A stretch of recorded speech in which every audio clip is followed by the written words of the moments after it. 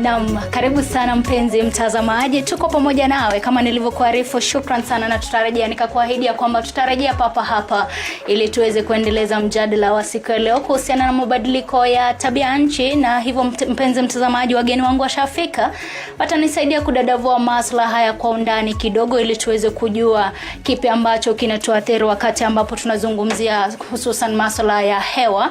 Na hivyo basi mpenzi mtazamaji, leo kwamba ni mjadala ambao unakuja wakati ambapo kuna mkutano wa UNEA 6 ambao unaendelea katika kaunti ya Nairobi, ambapo kuna mengi tu ambayo yanaweza kuzungumziwa pale kuhusiana na mazingira. Na labda moja ya masuala ambayo yanahusiana na mazingira ni kuhusiana pia na tabia nchi ama mabadiliko ya tabia nchi. Leo kwamba basi ni mjadala ambao utakuwa wa umuhimu zaidi, hivyo uweze tu kuwa makini ili tuweze kujua ni vipi ambavyo tutaweza kukabiliana na athari za tabia nchi. Hivyo basi ndani ya nyumba nina wageni wangu ambao watashafika. Karibu na mimi ninaye Jackson Raini ambaye atatueleza kwa zaidi yeye ni nani, na pia umbali kidogo nina Martin Muadhi. Karibuni sana kwenye studio za TV47 za kaunti ya Nakuru. Labda nikupe nafasi Jackson uweze kujitambulisha vizuri. Asante sana Chichi. Mimi naitwa Jackson Raini. Mimi ni CEO ama mkurugenzi wa ile shirika inaitwa Flamingo Lakes Conservation Network, FlamingoNet. Na pia mimi ni member wa ile committee kubwa ya mazingira inaitwa Nakuru County Environment Committee. I'm also a member of the National Advisory Committee ya project ambayo tunaita Voices for Climate Action. Asante. Naam, shukrani sana na karibu. Bwana Muadhi, jitambulishe tu kwa ufupi. Naam, asante sana Chichi. Kwa jina naitwa Martin Muadhi. Mimi ndio founder and the chairman Mazingira Network. It is a network that holds various groups amalgamated together based at Bondeni, Slum in Nakuru. Yes. Na shukrani na karibuni sana.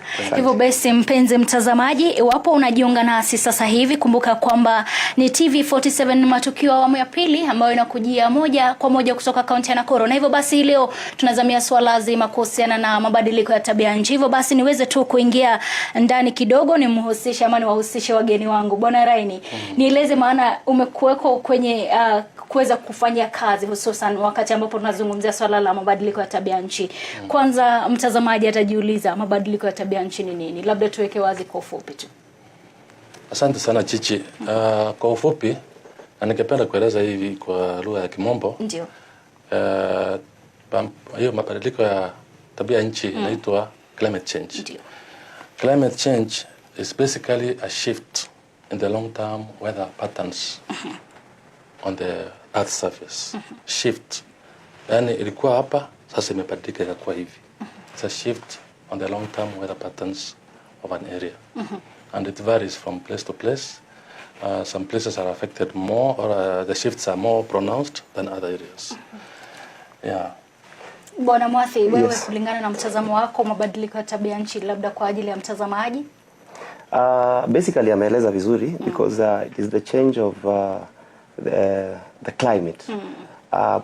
Pertaining on zile issues ambazo zinaletwa na sisi ama zinasababishwa na sisi wenyewe. Ndio. IE nikigusia tu kwa umbali ni companies ama magari. Hayo yanachangia sana hali ya tabia nchi kubadilika. Yes. Na labda mmezungumzia kuweza kubadilika labda kwa climate ama weather patterns tuseme. Wakati huu tunashuhudia joto jingi. Tulikuwa tukishuhudia jana tu kumenyesha, lakini tulikuwa tukishuhudia joto jingi sana. Je, inamaanisha kwamba ni athari mojawapo ya tabia nchi ya kubadilika kwa tabia nchi? Mojawapo. Lakini tuelewe hivi, kuna mambo mbili, kuna weather na kuna climate. Climate is long term. Inachukua miaka kama zaidi ya 30 years ndio notice change yake. Weather varies from day to day. Kila siku kuna weather yake. Jana kulikuwa joto, leo kumekuwa baridi. That's weather. But when there's a long term change, cumulative long term change for a period of more than 30 years, hiyo ndio inaitwa climate change. Lakini ile mabadiliko ya jana kulikuwa joto, mwezi jana kulikuwa joto, leo kumekuwa baridi, hiyo ni mambo ya weather. But weather patterns ikichange muda mrefu, naonekana kuna trend, hiyo sasa ndio inaitwa kama vile ambavyo tunapata drought. Yes. Kuna drought, kuna floods, kuna hiyo ikiwa muda mfupi inaitwa weather. Ikikuwa long term weather changes over a period of 30 years and above, then it's now called climate change. Yes. Bwana Mwathi, wewe naelewa kwamba kuhusiana na mazingira pia unaelewa zaidi. Tuambie kuhusiana na ama mahusiano kati ya mazingira na tabia nchi na mabadiliko ya tabia nchi kwa mtazamo wako. Mabadiliko kama nilivyokuwa nimetangulia kusema hapo awali, ni zile athari ambazo zinaletwa ama zinasababishwa na sisi. Zinaleta that climatic change. You see, like ukiangalia kama sasa tuko mwezi wa 3, ndio ule mwezi ambao wakulima wengi wanatarajia labda mvua itanyesha, ili sasa wanajipanga katika hali ya kupanda. Si ndio? Lakini kwa sababu imechukua muda kama vile Bwana Jackson amezungumzia, hii change of that weather ndio ikuje iwe climate change, imechukua muda mrefu. So it has already trickled na imebadilisha hiyo. So ni vigumu sana kwa mkulima kuweza kuelewa kama ni wakati sahihi wa yeye kupanda, na ni vigumu sana kuelewa ni wakati gani sahihi kupalilia au kuvuna. Wakati mwingine unapata hata Disemba mvua inanyesha, na wakati huo mahindi imekauka. Kama January kulinyesha. Ndio hiyo ndio sasa hiyo ndio climate change. Sio weather change. Si weather change. Jana umesema jana kulikuwa na baridi joto, leo kuna baridi. Hiyo ni weather. Hiyo ni weather. Mtu aelewi. Hiyo ni weather. Hiyo ni weather. Ni vizuri watazamaji pia wakielewa the difference between weather change and climate change. Yes. Climate change ni that long term. Yes. Na weather ni ile tu ya muda mfupi. Naam, Bwana Raini, turudi kwako kidogo. Tunaelewa pia wakati ambapo tunazungumzia mabadiliko ya tabia nchi, kuna mwingine atasema hainihusu chochote, lakini kuna mambo ambayo sisi kama binadamu tunafanya na yanachangia sana kuweza kuona tuna mabadiliko ya tabia nchi. Labda baadhi ya hayo mambo ni kama yapi? Asante sana Chichi. Kusema kweli, mambo ya climate change ni jambo linahusu kila mtu, kila mmoja wetu. Kwa sababu hiyo mambo ya climate change ikifanyika inadhuru kila mtu na kila kitu katika hii ulimwengu. Na kuna mambo kadhaa ambayo yanachangia mambo ya climate change. The first one ni mambo ya deforestation. Kwa sababu tunaelewa ya kwamba kukata miti. Tunaelewa ya kwamba from the basic biology ya kwamba miti ndio inaabsorb carbon dioxide.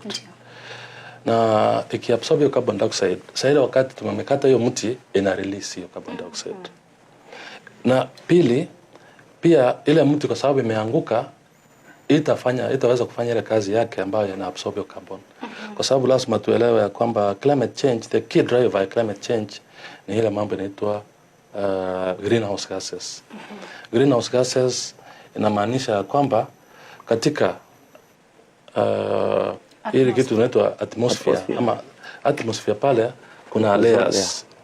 Kuna layers kadhaa, kuna stratosphere, kuna nini mpaka huko juu, na pale juu kabisa kuna kitu inaitwa ozone layer.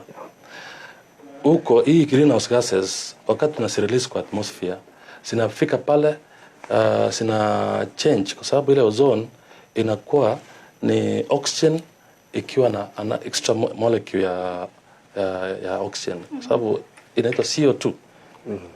Ama oxygen inakuwa na mbili, CO. Tuelewa hivi, oxygen inakuwa O2. Lakini ile ozone iko na O3. Kwa sababu iko na extra molecule ya oxygen. Ndio. Sasa tukirelease zile carbon gases ama greenhouse gases, inatoa hiyo, inakula ile extra molecule. Ile inazuia sasa, inaifanya isiweze kufanya ile kazi ambayo iko supposed kufanya, ile ya kuzuia ultraviolet rays, ile mwanga excess ya kutoka kwa jua inapenya, inakuja kutudhuru sisi wanadamu na pia hata viumbe vingine. All the biodiversity on earth, because we all depend on one earth. So greenhouse gases ziko kadhaa, lakini the major one ni carbon dioxide. Carbon dioxide inatokana na mambo tatu. Ya kwanza ni ile mambo inaitwa fossil fuels. Fossil fuels ni kama petroli ambayo tunatumia, ni kama coal, kwa sababu nchi nyingi ulimwenguni zinatumia coal, makaa ile kawi ya kutoka kwa ardhi, wanatumia katika fuel in the industries. Na ile ikichomwa ama ikiweka kwa pala ya furnaces ama nini, ina release a lot of carbon dioxide kwa atmosphere, na ile inaenda kudhuru ile ozone layer. Na kuna gases kadhaa zingine ambazo zina contribute kiasi kama methane, na zingine zote zina contribute kuungana, zina cause a lot of damage to the ozone layer. So na tunachangia pakubwa, kwa sababu kama binadamu tunachangia pakubwa, kwa sababu ukiangalia ulimwengu, for us to industrialize lazima tutumie hizi fossil fuels. Tunatumia katika magari zetu, kwa barabara, tunatumia katika industries, tunatumia katika manyumba zetu, kwa sababu tunakata kuni tunaenda kupikia pale nyumbani. Na ukiangalia kila jikoni nyingi across Africa siko na moshi. Hata inaenda juu kuliko kosi. Alafu ingine inatokana kwa madam sites zote. Hata ukienda pale Geto kwetu hapo unakuta kuna moshi. Ile yote inachangia katika na contribute towards destroying the ozone layer, sababu ya contribution ya carbon dioxide. Naruhusu Bwana Mwadhi. Yes. Bwana Mwadhi, nikuje kwako, maana wewe kuhusiana na umwagaji taka, waste management, naelewa hapo ndo sasa unafanya kazi zaidi, maana mnaweza kudeal na plastiki pia. Yes. Labda tueleze wakati ambapo mnafanya, na pia utatueleza kwa ufupi mnachukua vipi hizi plastiki, mnazitumia vipi ili kuhakikisha kwamba mazingira ni safi. Tueleze katika kuhakikisha kwamba mabadiliko ya tabia nchi tunakabiliana nayo, ni vipi ambavyo tutaweza labda kudhibiti umwagaji taka? Basically hapa ndio mimi usema ama upenda sana kugusia swala la county government. Kule mashinani ama kule kwa ground vitu huwa different na mahali kwingine kote, kwa sababu we need the county government to also support the garbage managers, wale watu ambao wana manage garbage ama wanafanya garbage collection. Because imekuwa ni shida, wakati mwingine unapata yale makundi ambayo yanaokota taka wanapitia changamoto nyingi sana. Moja ni katika uokotaji, kwa sababu hata wale wanaokotewa pia hawataki kulipa. That is one. So yes, that is one. Two, the means of in which wale ambao wanaokota taka wanahitaji kuwa na means, gari, hiyo pipa ya kuweka hiyo taka, kupeleka kule mahali ambapo ni mahali kuna mwago wa takataka. Unaona kuna malipo pia. Na ukiangalia sana, it is not the county government that is doing this activity. Ni sisi kule mashinani ndio tunafanya hizi activities. Yes, the community. Tumejiweka katika makundi, tunafanya hiyo mambo ya garbage collection. So kuna changamoto, na ndio maana unaona hata katika jambo hili la tunazungumzia la tabia nchi, linakuwa ni kuelewa, because there's a disconnect between those who understands the issue of climate change na wale ambao hawaelewi. There's a very big margin ya disconnect, because wanahitaji kuwa kupatiwa ile knowledge in a simplified manner.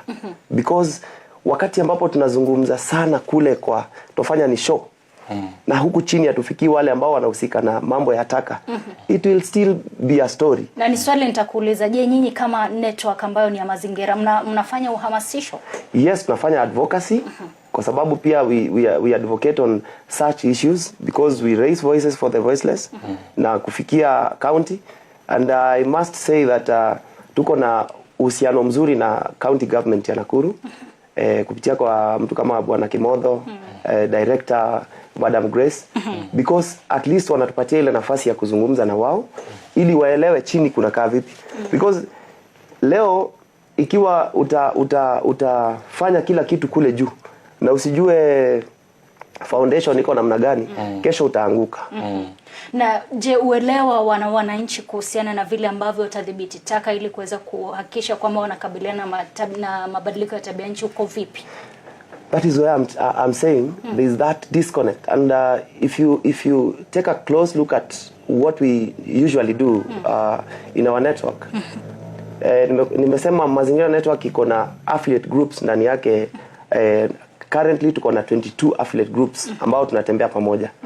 And ni sisi ndio tunachukua jukumu la kuwaelimisha ama kuwafunza. Tujinyime muda wetu, wao pia tuwanyime muda wao. No support from anywhere, you see. So that is why I'm saying there's that disconnect, because we also need to have that space ya kupewa elimu zaidi. Ndio wakati ambapo tunateremsha kule kwa wananchi, waelewe udhibiti wa taka unafaa uchukuliwe vipi. Nikigusia kwa lile jambo ambao umeniuliza, how do we manage plastic? Ni kuokota tu na kureuse. How we reuse them ni kutengeneza, tunatengeneza like mjengo kama ofisi yetu. From my mother group tumetengeneza ofisi ya chupa ya plastiki. Nimeuliza hivyo maana nimefanya story yako, na utatueleza zaidi vile ambavyo mnatumia plastiki. Je, mtu atajiuliza utajengaje nyumba kutumia plastiki? Lakini turudi kwa Bwana Jackson. Bwana Jackson, unaketi katika kamati ya mazingira ya county. Labda utuweke wazi tu iwapo kuna mikakati ambayo serikali ya county inayo kuhakikisha, kando na sheria ambayo iliundwa ya kuweza kudhibiti ama mabadiliko ya tabia nchi, mikakati ya county ni ipi kuhakikisha kwamba bado tunakabiliana na athari hizi? Thank you, Chichi. As a member of the Nakuru County Environment Committee, I know there are quite a number of interventions that the county government is doing, and also the national government. The first, let me talk about what is happening at the national government level, because it's also informs on what we do at the county level. At the national government level, you know that currently we are reviewing the National Climate Change Action Plan 2023 to 2028. That action plan it's almost nearing now. It's almost being finalized. You're also aware that last year we reviewed the National Climate Change Act, and that act establishes what we call the National Climate Change Council, which is chaired by the President of the Republic. And that council does a lot of things in terms of informing what kind of interventions the national government has to do to address issues of adaptation and mitigation. Because those are the key issues that we are all grappling with. Of course, at the implementation level, there's the National Ministry of Environment and Climate Change, which is headed by the CS, Soipan Tuya, and the PS, who was our colleague here, Engineer Festus Ingenu. Yeah, so across all the counties, 47 counties we have in the country, they have, this is a requirement under in the Constitution that they must all have critical documents. One is the County Climate Acts. So by last year, all the counties had established the County Climate Change Acts. For Nakuru, we have the Nakuru County Climate Change Act of 2021. Yeah. So as a committee, we are gazetted under the National Environmental Management Act, that's MCA. I'm now serving my second term. And there are a number of things that we are doing as a committee. All our responsibilities and duties are outlined in the Act. That's the Environmental Management and Coordination Act of 1999, revised to 2015. What the county government is doing currently is in terms of first establishing what we call the Ward Climate Change Committees. All the 55 wards across the county have established these committees because we appreciate that all actions related to environment and climate change must be local. The national government through the support of the World Bank, has rolled out a program, a 5-year program called Fund for Locally Led Climate Actions. And this kitty that's supporting counties to undertake interventions at the grassroots, at the local level, at the ward level. Actually, the plan is that we need to take that to village level, so that we also have village climate change committees. This fund is about 11 million per year, but there's also a requirement in the Act, the County Climate Change Act, that the county government also allocates 1%, at least 1% of the allocation, of the total allocations for the national government to support climate change actions at the local level. Yeah, so that's what's happening. I am aware that all the committees have been constituted. Popularly elected members are already on the ground. They are doing their work, and they have been trained, and they have gone further to develop what we call the county risk assessments, because vulnerabilities vary and resilience matters. And this climate change risk assessment is basically looking at every ward. Who is here in this ward? How are they being affected? Wanapata madhara, hii madhara environment ya climate change inagusa namna gani? Inagusa mwanafunzi ama mtoto namna gani? Inagusa kina mama namna gani? Because we appreciate kwamba wamama na watoto sana sana ndio wanakuwa vulnerable, the most vulnerable ikifika kwa mambo ya climate change. So hiyo programs zinaendelea. Those committees have identified actions ambazo watafanya katika ward level across all the wards, of course through the coordination ya wale ambao tunaita ward administrators. Wote wako pale wanasaidia hizi kamati kufanya mambo zao kudili mambo ya climate change. Naam, Bwana Jackson, pia nitarejea kwako nijue iwapo mnashirikiana pia na CBOs. Nitarejea kwako utueleze hayo, lakini Bwana Mwathi, nieleze. Bwana Jackson ameelezea mikakati ya kaunti, lakini nyinyi kama watu ambao wako katika mstari wa kwanza kuhakikisha kwamba haya mambo yanatekelezwa, je, mnahisi the impact ya kaunti vile ambavyo inafanya kazi? Basically, I'm still there. Niseme kaunti ya Nakuru naona kwa kiwango fulani hawajatunyima sana ile access, because once mimi nikisema we don't have any access,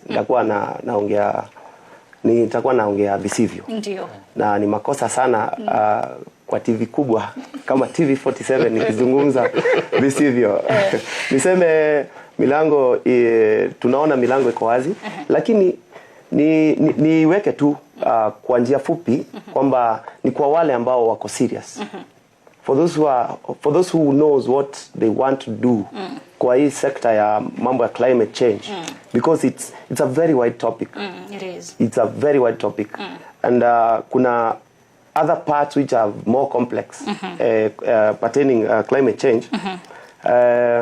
Niseme mikakati hiyo nimeinakili, na ni vizuri Bwana Jackson ameizungumza, nimeinakili. Na kufikia hapo sasa nimejua kuna mipango kadhaa ambayo imewekwa, ambayo sikuwa yes, na county ambayo sasa nimeigundua, na wenzangu najua pia wako gangari kule wanaangalia ili tuweze kunakili na tuweze kufuatilia. Sasa tuzungumzie mabadiliko ya tabia nchi kwa taifa kwa ujumla. Na wakati ambapo tunazungumzia hilo, tujiulize sekta ambazo ni husika kama sekta ya nishati na sekta ya kilimo. Je, zimeweza kupatiwa bajeti ambayo inafaa ili kukabiliana na mabadiliko ya tabia nchi? Kwanza Mwathi, tueleze wewe unahisi kana kwamba zimewezeshwa? Basically niseme hiyo on public zimewezeshwa, but on reality it's a no. Mambo kwa ground ni different. I remember I was in a meeting somewhere in Thika, and that meeting ilikuwa before COP28. And we realized we were so many, and we realized wale ambao walikuwa wamekuja kwa hiyo mkutano, the facilitator and a few wale kizungu yao hawezi wakasema Kiswahili tukaelewa. Wao ndio walikuwa wanahusika COP28 wanahusika kwenda kuchangia mambo ya climate change. That's why ninasema there is a disconnect, and ama kuna ngazi mbili. Kuna ngazi ya chini ambapo hapa katikati hakuna kitu ambacho kinatuunganisha na ngazi ya pili. Naam.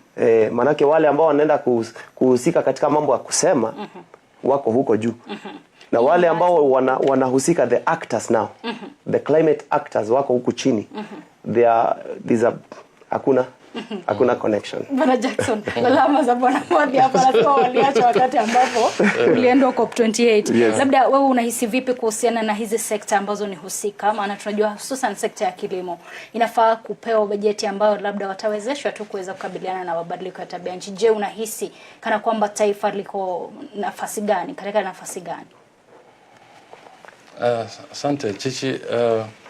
Allow me to speak in English because yes. I'll be better. I'll express myself better in addressing this question. One is that as a continent, let me start there. We must appreciate kwamba Africa inachangia kiwango kidogo sana kwa mambo ya climate change. Actually, the entire continent of Africa contributes just about 4% of the global carbon emissions. 4%. Now, out of that 4%, South Africa contributes about 2%. So it leaves the rest of Africa with just 2%. And incidentally, Chichi, ile msitu mkubwa ambao tunaita Congo forest, ina absorb about 4% of the global carbon emissions. So that Africa now is actually on net zero. That Africa tukiangalia kwa ile mambo ya contribution to as climate change, hatuchangii karibu kitu chochote. Kweli. But hii continent ya Africa ndio ina suffer most kwa sababu ya ile umaskini ambayo iko hapa katika taifa continent yetu ya Africa. The level of poverty, the level of vulnerabilities. Kwa sababu the northern part of Africa tunajua ni desert, the Sahara desert. Na hiyo desert inaendelea kuexpand. Na huko sub-Saharan Africa ni umaskini iko juu despite the amount of resources that we have. As a country, we are contributing significantly in those sectors you're talking about. One, ukiangalia kwa sekta muhimu sana ambayo ni mambo ya miti. Ni kweli ya kwamba as a country from 2001 tumekata miti mingi sana, sehemu kubwa sana. Ukiangalia kama sehemu ya Mau tuliharibu kabisa. We destroyed over 3,000 kilometers or 3,000 hectares of forest in Mau alone from 2001 to 2010. In a manner that it's affecting what we call the local microclimate. Lakini as a nation, as a country, we know that tangu Rais William Ruto ingie ushukani, pia tuko na target ya kupanda miti ngapi? 15 billion. Na hiyo miti ikikuwa targeted, properly targeted, na tupande miti nyingi inachukua muda mfupi sana kufika, especially the exotic trees, kufika maturity na ianza kutusaidia ku mitigate. Tukipanda hiyo 15 billion. Lakini lazima tujue tuko are we almost there? Are we going to achieve that target ya 15 billion? Mambo ya renewable energy, tunajua energy is a key driver of development. Kweli. And we appreciate, and Kenya ranks number 1 in Africa in terms of renewable energy because we draw almost 80% of our energy is from renewable sources. Hydro na hii ingine tunaita geothermal, and a percentage almost 4% or so ya ile unaita wind. Sababu tuko na wind power from Turkana and also pale Ngong. So pale tuko sawa kabisa mambo ya renewable energy. And if we now bring in solar and all these other things, I think we should be okay in terms of energy. Kwa mambo ya sustainable transport tuko na shida kidogo kwa mambo ya enforcement, mambo ya emissions from the motor vehicles and from our factories. Tuko hapa tuko sawa kwa sababu pia tutaweza kumonitor vizuri tujue hii transport sector ina contribute aje katika mambo ya emissions towards mambo ya climate change. Agriculture is a big is a backbone. We call it the backbone of our economy. na pia inachangia pakubwa because ukiangalia there's so much equipment, machinery iko kwa sector ya agriculture pale. Na pia kuna inachangia pakubwa katika mambo ya climate change, na pia inakuwa highly impacted by climate change because our agriculture is actually driven by rain-fed. Rain-fed agriculture, mainly like almost 90% rain-fed. Na inaathiriwa sana mambo ya climate change. Okay. Sawa Bwana Jackson. Kayagia hapo maana najua una mengi ya kutuambia, lakini tuweze kusikia pia wakazi ama wenyeji wa Kenya wanazungumzia nini kuhusiana na mjadala wetu. Tusizungumze tu hapa na labda wa Kenya wanazungumza tofauti. Hivyo basi mpenzi mtazamaji, ni ruhusu tuweze kufululiza moja kwa moja hadi katika kaunti ya Taita Taveta. Tuweze kuungana naye Julius Mariki atueleze wakazi wa eneo hilo wanasema vipi. Julius, iwapo unanipata, wakazi wa eneo hilo wanazungumzia nini kuhusiana na mabadiliko ya tabia nchi? Na asante sana Chichi Josephine, na leo hii katika kaunti ya Taita Taveta vile tutakuwa tunaungana na wakazi hapa kutuelezea ama kujadili katika swala hili nzima la mabadiliko ya tabia nchi, na bila kuchukua muda mwingi basi nitakuwa naenda moja kwa moja wa wale ambao nazungumza nao leo hii. Bwana Faustin, pengine ujitambulishe kwa ufupi tu alafu tueleze katika swala nzima la mabadiliko ya tabia nchi, pengine unahisi wa Kenya wanaelewa athari za mabadiliko ya tabia nchi? Kwa majina naitwa Faustin Mgendi, mkulima wa pilipili hapa Taita Taveta. Na vile unasema Wakenya kama wanajua, I think Wakenya wanajua. Tumekuwa na kiangazi kwa zaidi ya miaka 3 kabla Disemba. Tumekuwa na chakula hakuna, watu wanahitaji misaada. Na hayo yote tulihamasishwa ni kwa sababu ya mabadiliko ya hali ya anga, hali ya nchi. Na si Kenya peke yake, ni dunia nzima hawa mabadiliko yamekuwa. Na pengine katika swala hilo ni njia zipi pengine unahisi tunaweza kukabiliana nazo ili kuondokea changamoto hili? Nikichukua mfano wa Taita Taveta. Hapa Wataita wanapenda kukaa kwa milima. Huko kwa milima tumekata miti. Vile Taita ilikuwa zamani sio hivyo, imekuwa huko juu. Watu wamekata miti kufanya kuni, kupata energy ya kupikia na vitu kama hizo. Sasa huko juu hakuna miti tena vile ilikuwa zamani. Na hiyo ndio ilikuwa catchment yetu ya maji ya mvua ya kuja huko chini. Hizi dams zimekuwa huko chini, zote zimekauka. Zile streams ambazo zilikuwa zimebakia kama stream kidogo sana, na imetudhuru sana kama Wataita. Na sasa county naona wanajaribu kuambia watu huko juu tufanye what we call food forests. Kama weka migomba, weka macadamia, weka avocado, weka chakula, yani miti ambayo ina chakula. Na mambo ya kupanda miti, serikali kuu na hata ya county inajaribu sana kupatia watu miti, miche wapande ndio tuweze kukabiliana. Mambo mengine yako irreversible, lakini mengine kuna vile tunaweza intervene na in the next generation at least wawe na afadhali. So na kuna semina nyingi zinaendelea kuhamasisha watu kwamba hali ya dunia ni mbaya, sisi tuko kwa hiyo dunia na lazima tu save our environment kwa upande wetu.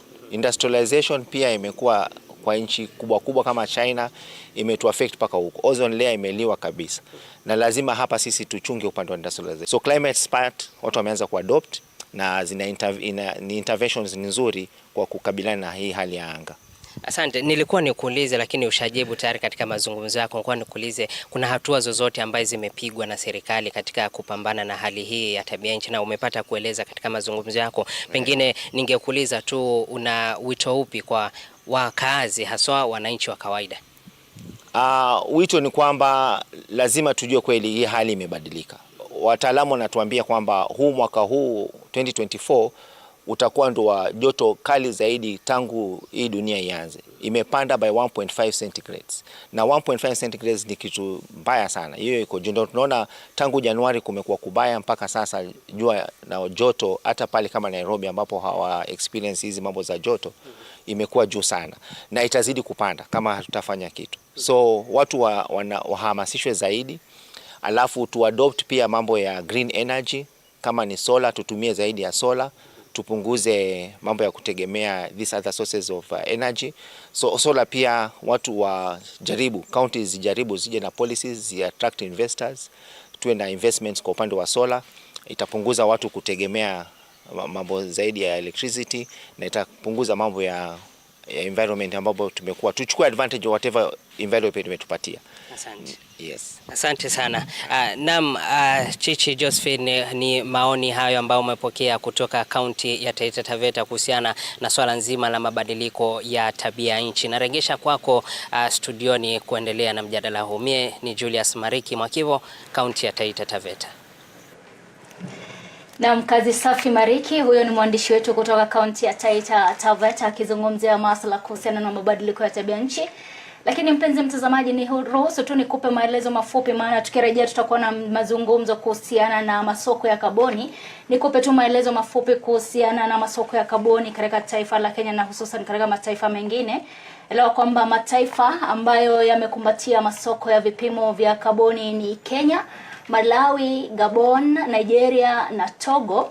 Na pia sheria ya mabadiliko ya tabia nchi mwaka 2016 kifungu cha pili kilifanywa marekebisho sehemu ya pili ili kuongeza maneno ambayo yatatumika kueleza maeneo yatakayotumika katika nyanja ya masoko ya vipimo vya kaboni.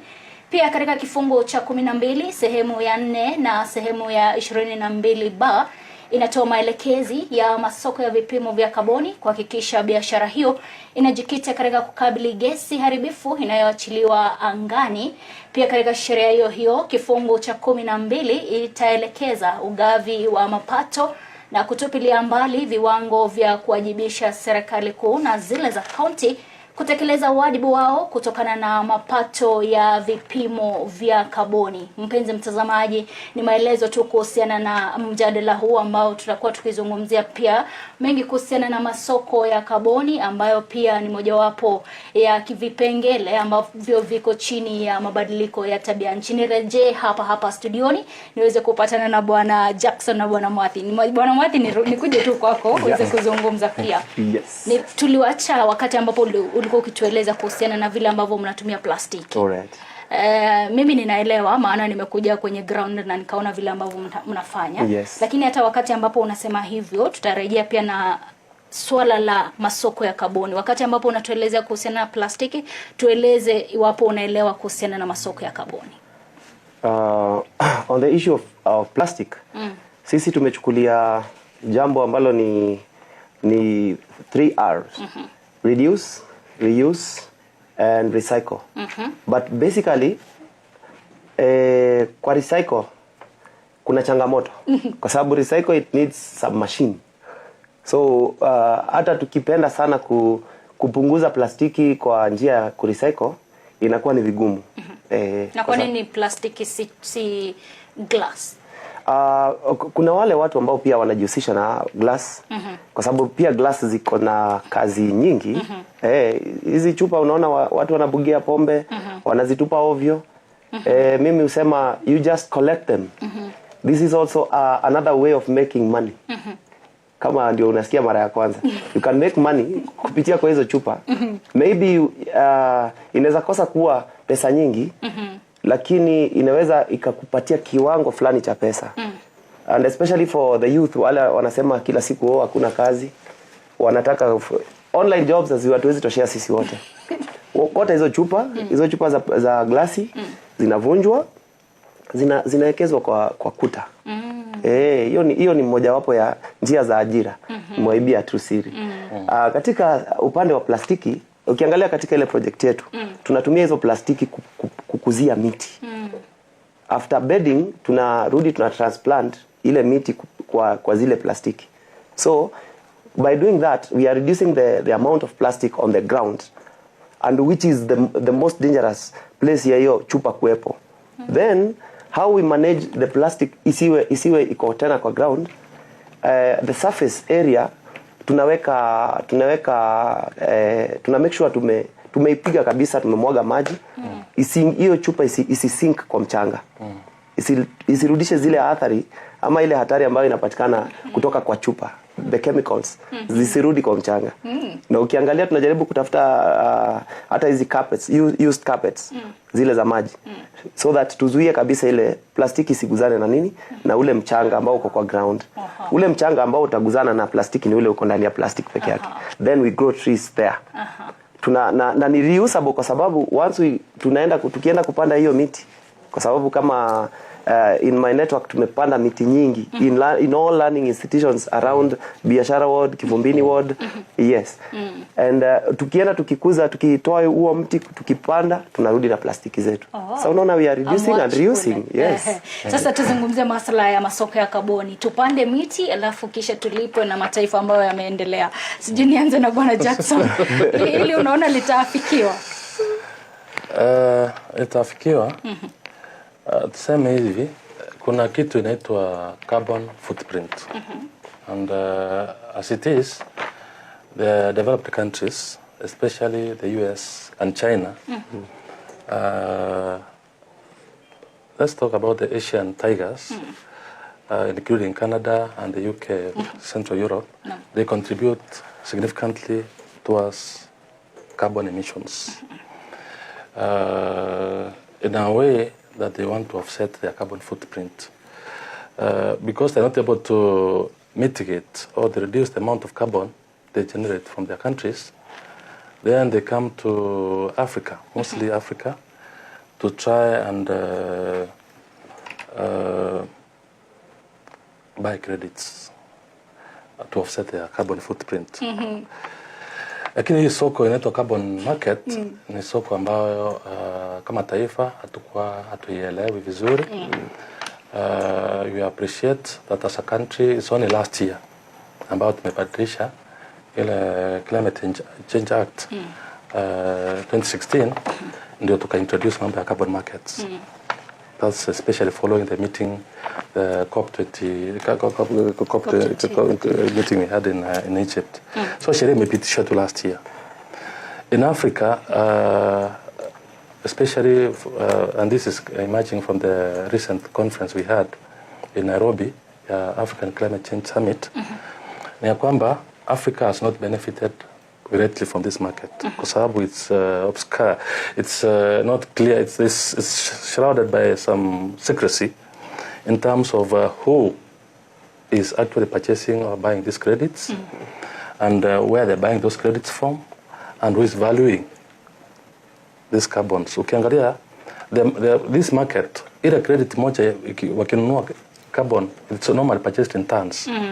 Tan moja bei yake kutoka hapa Kenya sio same price wanalipa offset na huko Arab countries or Europe or America. Bei ni tofauti ya Afrika kama hapa Kenya kidogo sana. The amount is so little. Alafu experts ambao wanafanya hii mambo ya evaluation kusema sasa hii miti imepanda is worth this much, also foreign experts. We don't have local capacity ya kujua ile carbon ambazo tuna offset ngapi. Alafu ile kitu ambayo inatushangaza tena chichi ni ya kwamba they don't come and tell us now that as a country we've been using renewable energy from 1980s through the Olkaria geothermal power plant. That's green energy. We've been offsetting their carbon footprint for that long. They don't tell us now, since we've been doing this for this long, we are going to pay this amount. We've been conserving our forests. The Congo forest is the largest land. And also Mau Forest. Mau Forest, actually all our water towers, Mount Elgon, Mount Kenya, the Chulu Hills forests, all our forests and the water towers are critical in terms of offsetting the carbon.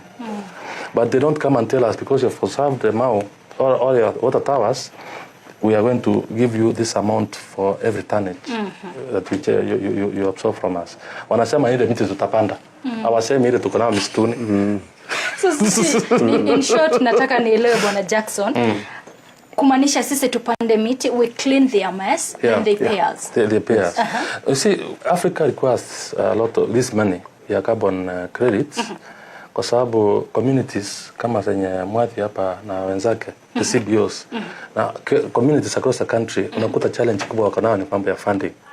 Kama hii pesa ya carbon credits ingeweza kuja isaidie vikundi zipate funding, they can advance their innovations, kama they can upscale their interventions. Kama ile mambo wanafanya mambo ya waste management, they can upscale mambo ya hiyo 3Rs ambao wanashiriki. Communities across the country, across Africa are suffering.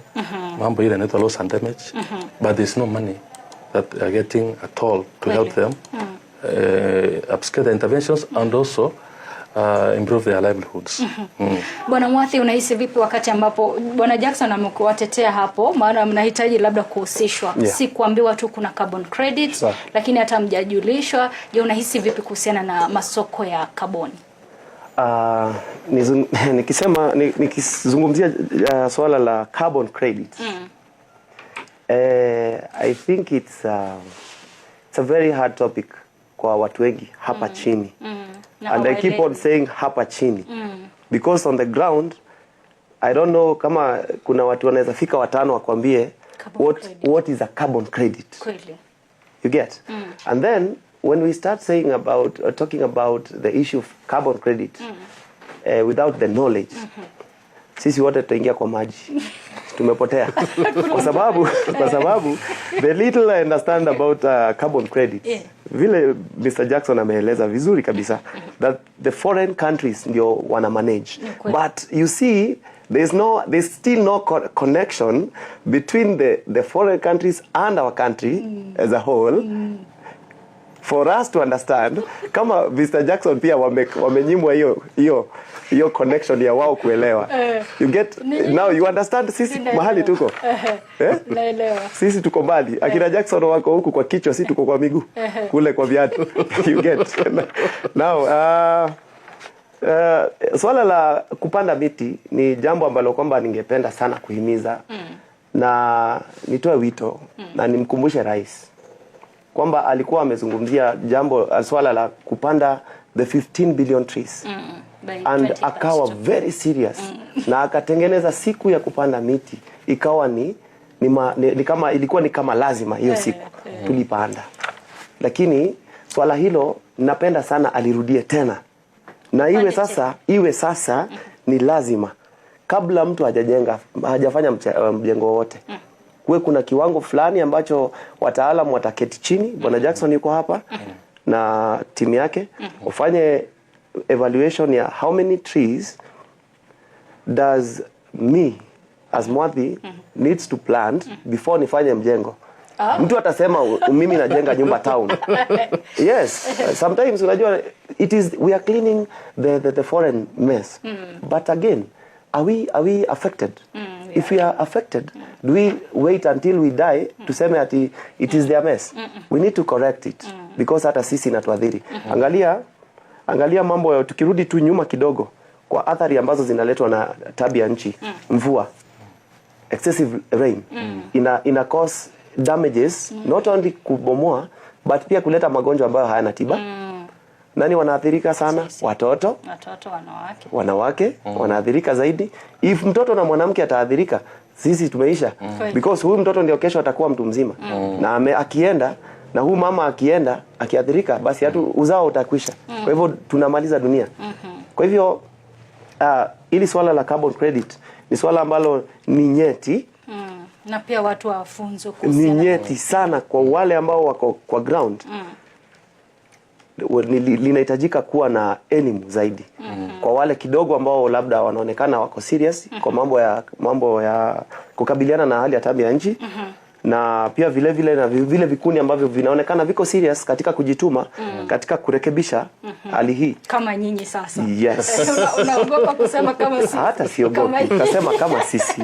Sawa. Yes. Alafu pia umeibua hisia fulani hapo wakati ambapo umezungumzia swala la Rais William Ruto alisema ifikapo mwaka 2032 tuwe tumepanda miti bilioni 15. Je, unahisi kama tutafikia lengo hilo?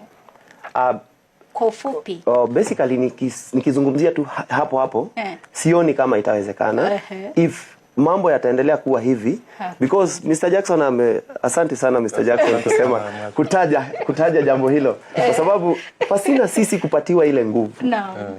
It is so hard. Leo Mazingira Network is 1 year old. Na tumefanya a lot. Ukizunguka katika yale mashule ambayo yametuzunguka, Ngala Special for the Deaf, Kisulisuli Primary, Bondeni Police Station, huko kote tumepanda miti for free. Community tunatoka for free. Tunaenda tunaenda huko Kreta Museum, tunapanda miti for free. Natembeza wale wamama uliona.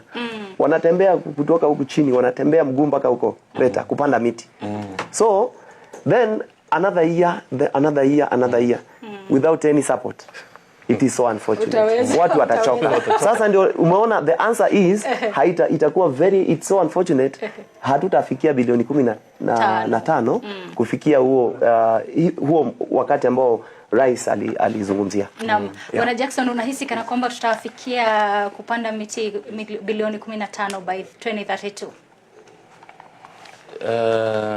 Yeah, it's doable. It's doable, but it requires that we must be very strategic in terms of how we achieve that target. And what Mwadhi has said is that it must be locally driven. Lazima kuwe wananchi wenyewe wanataka kupanda hiyo miti, na ni miti aina gani, na itapandwa wapi, na itapandwa lini. Kama hii msimu tumekuwa nayo ya El Nino, sijaona except hiyo one of kind of reactionary interventions ya serikali, sijaona structured strategic mechanism ya serikali kuhusisha wananchi kupanda miti. For us to attain that target, kwanza tuangalie sehemu zetu za misitu. Msitu wa Mount Elgon, tuangalie misitu ya Cherangani, hizi misitu zote ambazo zinatengeneza what we call the Mount Forest Complex, Mount Kenya, Chuli. Hizo forest zote zilikuwa zimeathirika sana. Lazima tuseme hizo sehemu za misitu kwanza tusihifadhi. Hata tukisema zikuwe fenced ama to allow for natural regeneration, we can be able to achieve that target. It's doable. But we must be very strategic. Sio ati uende upande kama mti moja pale kwa shamba ama mti 3 alafu tuseme to achieve a target by 2032. 2032 is just about how many years from now? It's not far. It's not far. Yeah, it's about 8 years from now. Na tukumbuka ya kwamba pia ile SDGs siku karibu staisha around that time, the 17 sustainable development goals staisha tu around that time. So lazima tukue very strategic, very well targeted, tujue nani watapanda hizi miti. Itapandwa wapi, itapandwa lini, na itapandwa aje, ni miti aina gani itapandwa. Na pia tuwe na nafasi ya kupanda miti. Tupate nafasi tupande miti, especially wakati msimu wa mvua, na communities ihusishwe, watu mashinani Kenya mzima wahusishwe katika upanzi wa hiyo miti. Kwa sababu unahisi hata kama tulipatiwa siku ya kupanda miti, watu walichukulia mzaha sana. Wakasema tumepewa siku ya kupanda miti na tupewe siku ya kuipalilia. Iwapo unakumbuka. Na wakasema ni siku ambazo labda wengine walikuwa kwenda kazini. Ilikuwa na mzaha nyingi sana. Lakini pia kuna swali lingine. Yule ambaye ni Walubengo Dominic ni mwenyekiti wa muungano wa wale ambao wana deal na the alliance ya environment, sindio? Na wakati fulani akasema kwamba the housing project ambayo ndio ya Rais William Ruto alikuwa ingawaje iliweza kusimamishwa na mahakama, akasema hii housing project ama mradi wa nyumba za bei nafuu utaathiri pakubwa mabadiliko ya tabia nchi, maana kutahitajika kuwa na mbao ambazo watu wengi watatumia, kutahitajika kuchimbwa mchanga. Sijui wewe unahisi vipi, Walubengo wako sawa ama matamshi yake kidogo ni political? Kwanza kabisa Chichi, asante kwa hilo swali, na niseme hivi, Dr. Dominic Walubengo ni rafiki yangu sana miaka mingi, na is one of my mentors. Is one of the fellows pamoja na the late Professor Wangari Maathai, wanifunza mengi sana katika mambo ya mazingira, mambo ya environment hii.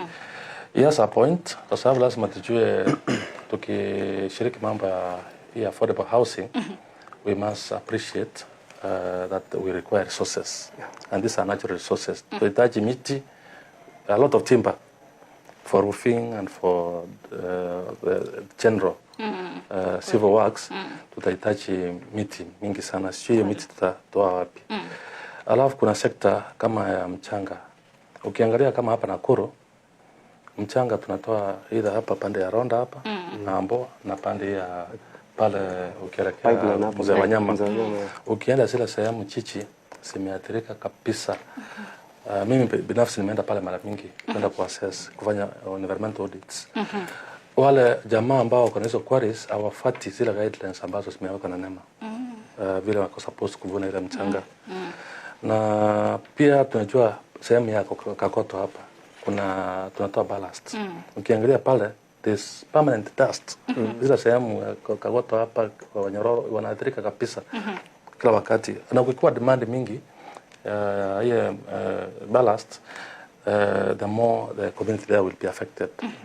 Alafu mambo ya mawe, ukienda sehemu kama pale Gingalili ilikuwa ni sehemu nzuri, imehifadhiwa mzuri na inaingia mpaka pale Kreta. Lakini ukiangalia vile tunatoa ile mawe ya ujenzi, ile sehemu imeathirika kabisa environmentally. Ile Dr. Walbengo alikuwa anasema ni ya kwamba we need first tufanye ile kitu inaitwa strategic environmental audit assessment. So that as a nation we know that we are targeting to construct all these houses across the country. This project we call affordable housing, tujue how is it going to affect the environment. In what manner is it going to affect the environment, and how can we mitigate as much as possible those impacts. Then at project level, to find what we call environmental and social impact assessments. Kila mradi, it's actually ni sheria ya Environmental Management Accreditation Act 1999 revised 2015 inataka kila project aina hizi ya mijengo hizo tunafanya zikuwe subjected to environmental and social impact assessments. Lakini sasa ukiangalia, hata juzi nilikuwa ofisi ya NEMA pale, hakuna hizi projects hata moja za serikali, hakuna moja imefanywa environmental and social impact assessment. Kwa sababu ukishafanya ile environmental and social impact assessment, utaangalia where are you sourcing the materials. Kwanza kabisa kuna sehemu za mijengo ambazo tuna demolish, ambazo ziko na asbestos. Hiyo inamaanisha ni decommissioning. Ukitoa ile mijengo and doing the demolition, lazima ile impact assessment report ionyeshe ya kwamba ile mjengo ambao unabomoa za zamani ambazo ziko na asbestos roofing na ile debris demolition waste inapelekwa wapi, na itaturu kwenye inapelekwa kivipi. Alafu kicha mambo ya construction, ile waste ambayo inatoka construction sites kuanzia mchanga kufika sasa ile inakuwa generated pale mambo ya mijengo, the construction waste yote na kufika namna gani. Alafu tuhakikishe hizo nyumba ambazo tunajenga sina kwa ile tunaita climate smart. Ya kwamba tunavuna maji yote, kuna storage pale, hiyo maji inatumika ku irrigate whatever garden or playground ya nini na kuosha na nini, mambo ya choo itatumika, mambo ya sanitation. Sehemu nyingi ambazo hizo nyumba zinajengwa kama pale kwa Mkuru, most of the houses are being built in low environments. Sehemu ambazo hasina sewage, hasina sewer network, hasina connection ya sewer. Vile ya kwamba unakuta ile maji taka kutoka hizo mijengo zinajengwa inakuwa directed kwa mito. Ama kwa sehemu ambayo itaturu mambo ya mazingira. So environmental impact assessments ni muhimu.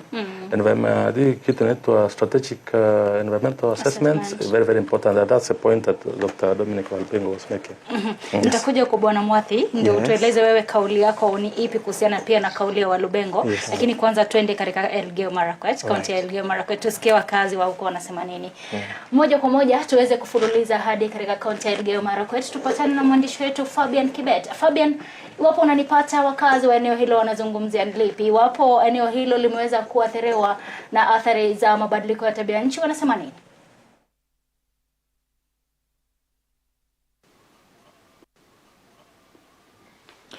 Chichi, bila kupoteza wakati niko hapa na Wasira anayesimamia masuala ya mazingira katika kaunti ya Elgeyo Marakwet. Kaunti ya Elgeyo Marakwet, Bwana Wasira anafahamika sana kuhusiana na masuala mengi, na tukizungumza masuala yanayoambatana na mambo ya mazingira, sisi tumekuwa tukiathirika na mambo ya majanga kama vile mafuriko na kiangazi. Leo katika mjadala wetu tunazungumza kuhusu athari za mabadiliko ya tabia nchi. Pengine katika kaunti ya Elgeyo Marakwet, ukianza tu kwa majina utueleze kaunti ya Elgeyo Marakwet, watu wanafahamu kuhusu athari za mabadiliko ya tabia nchi. Naam Fabian, asante sana. Kwa majina ni Jason Lagat, waziri wa maji, mazingira na tabia nchi katika kaunti yetu ya Elgeyo Marakwet. Asante sana kwa swali lako. Katika kaunti yetu ya Elgeyo Marakwet, wakazi wetu wote wamefahamu athari za mabadiliko ya tabia nchi, kwa sababu sisi kama kaunti tumeweza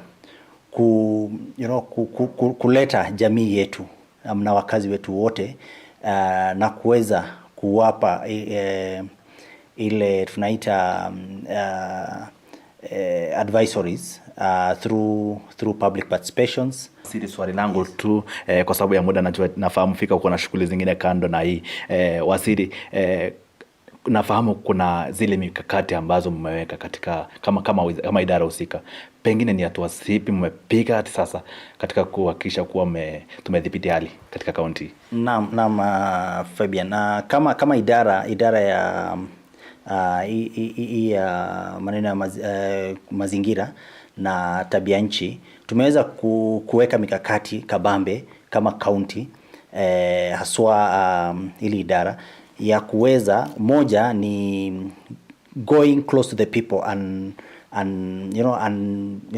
having that candid conversation about climate change and the effects na zile madhara yake, na watu wetu wameweza ku receive positively, na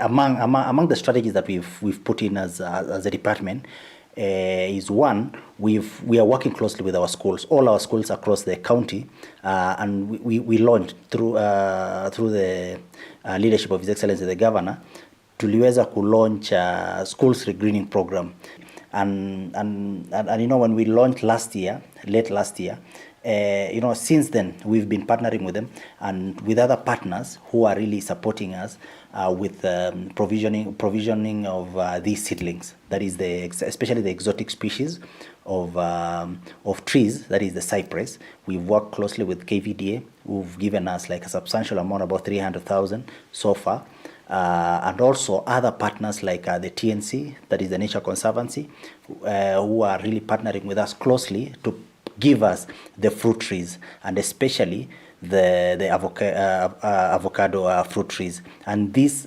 like we have the, like as the residents and also as these schools, it has really given us the upper hand in terms of, the uptake. The uptake is really commendable, and we've had our people really pushing for this, and also through the wealth creation policy that we've put, one of it is the growing of these fruit trees, and together with our people cutting across the 20 wards in Elgeyo Marakwet.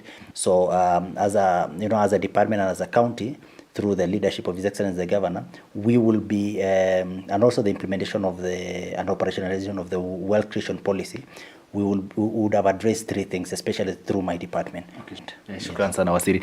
Nafahamu muda ni mfupi sana kwetu, lakini nafahamu ukipewa nafasi utachangia kwa upana na marefu, na wewe pia umekuwa yule anajulikana kama champion wa mambo ya avocado.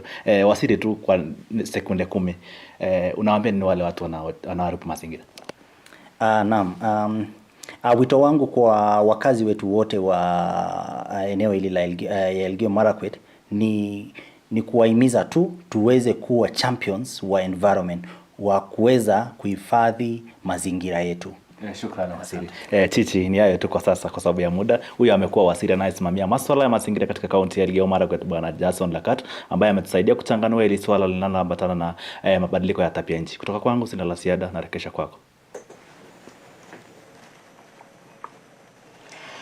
Na shukrani sana Fabian kwa kuweza kuzungumza na yule ambaye ni mtaalamu wa masuala ya mabadiliko ya tabia nchi. Turejee hapa studioni tuweze kusikia mengi kuhusiana na kile ambacho wageni wangu wanazungumzia, hususan swala la yule ambaye ama kauli ya yule ambaye ni Dominic Walubengo kusema kwamba mradi wa nyumba za bei nafuu utakuwa na athari kubwa katika mabadiliko ya tabia nchi. Nije kwako Bwana Mwathi. Yes. Tulikuwa utupatie usia wako kuhusiana na kauli yake Walubengo. Alright. Endelea tu.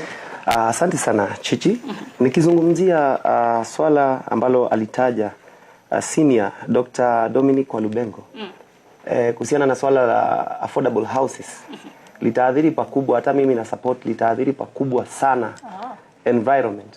One, kama alivyosema kiongozi na expert katika masuala ya environment ambaye ni Bwana Jackson, kuhusiana na swala la affordable housing, ningehimiza ama ningeuliza rais kwamba kabla hawajaingia katika awamu ya kutengeza majumba haya watenge nafasi ya kufanya evaluation kama alivyosema Jackson, kwa sababu ni rahisi sana tupate landslides. Kweli. Wakati kuwa na kuchimbwa kwingi, na katika kule kuchimbwa itakuwa sio kawaida. Ukiangalia kiwango cha vyumba ambavyo rais anazungumzia kujengwa kila mwaka ni nyingi sana. Kwa hivyo kutachimbwa sana changa na mawe, na pia miti itakatwa sana. Kweli. So naomba kupitia kwa rais wa Jamhuri ya Kenya kuwe na mikakati ambayo imewekwa ya kufanya kama alivyotaja Bwana Jackson, na pia kuwe na mikakati ya compensate the environment. Yes. Kwa sababu wakati tunaadhiri tuna mikakati ambayo ni ya kurekebisha. The other thing pia ningependa katika the issue of affordable housing, if all goes well, kuenda kitu ambayo inajulikana kama eco toilets. Eco toilets ni vile vyoo ambavyo vinatumika na wale wanaoishi kule. Ile waste inakuwa stored. The same waste ina produce energy. Sawa. Mawazo makubwa hayo. Na kwa sababu muda unatupa kisogo, nikupe Bwana Jackson, nikupe dakika moja tu utupe usia wa mwisho, hususan tunapozungumzia masuala ya mabadiliko ya tabia nchi. Vipi ambavyo tutaweza kukabiliana na mabadiliko ya tabia nchi? Asante sana Chichi. Ningesema hivi, kuna mambo 6 ambayo ni muhimu sana ya tuwezesha kudili na mambo ya climate change.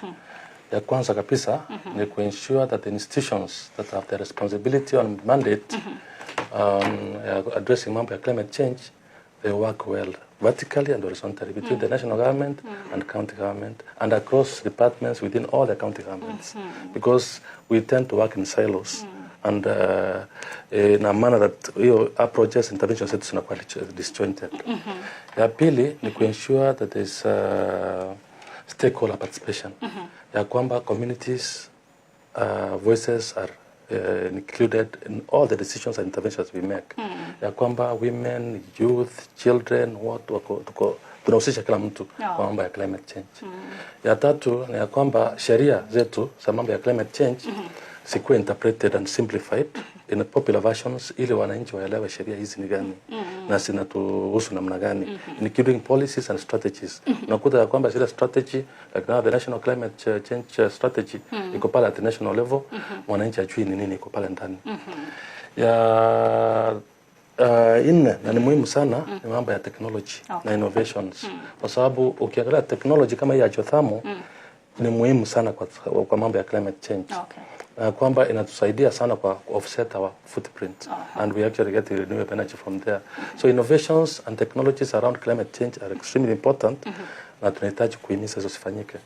Ya tano na pia ni muhimu sana ni mambo ya knowledge and information, including indigenous knowledge. Ni muhimu sana ile indigenous knowledge, vile mababu zetu walikuwa naishi kitambo, tujaribu kuiga, tujue ni vyakula gani walikuwa wanapanda, wanakula, wanatumia wakati wa kiangazi, wanatumia wakati wa mvua, wanahama namna gani, wanafanya namna gani, waliishi vipi, ili pia tuweza kutumia hizo mbinu including scientific knowledge. Unakuta kuna mambo mingi sana mambo ya climate change hatuelewi, hatuyajui. We need funds, we need support as researchers, kufanya research, tupate information. Finally Chichi, mambo ya financing. Hii mambo ya pesa ni muhimu sana. Wananchi hawana pesa, vikundi havina pesa, wakina mama hawana pesa. Ili to address mambo ya vulnerabilities and resilience, we need funding. Innovative funding mechanism besides hiyo kiti moja ya serikali ya fund for local led climate actions, we need funds from the partners, development partners to support communities to build resilience and reduce vulnerabilities. Naam, shukrani sana Bwana Jackson. Bwana Mwadhi, dakika yako moja. Wasia wa mwisho. Wasia wangu wa mwisho ni pale ambapo nilitajia Bwana Rais arejelee katika ule mguu wake wa kuhimiza upandaji na ukuzaji wa miti. Manake anyone can plant a tree but very few can grow a tree. Let's all switch to that direction ili tuweze kusaidiana kama nchi kurekebisha hali ya tabia nchi. Na pia kabla sijamalizia mwisho nizungumzie swala za mashule. Manake pia shule walikuwa wamepatiwa directives kwamba wahusike katika mambo ya upandaji wa miti because wale watoto wetu wanasoma kule. Lirudiwe jambo hilo ili mashule pia yachangie pakubwa, the small or the big spaces wako nazo wakuze miti kwa wingi. Ili tuweze kufunza hawa watoto na in the future tuwe tumerekebisha na tusipate jambo ambalo tunapata sasa kwa sababu ya wale ambao waliharibu. Na shukrani sana wageni wangu kwa kuweza kusikia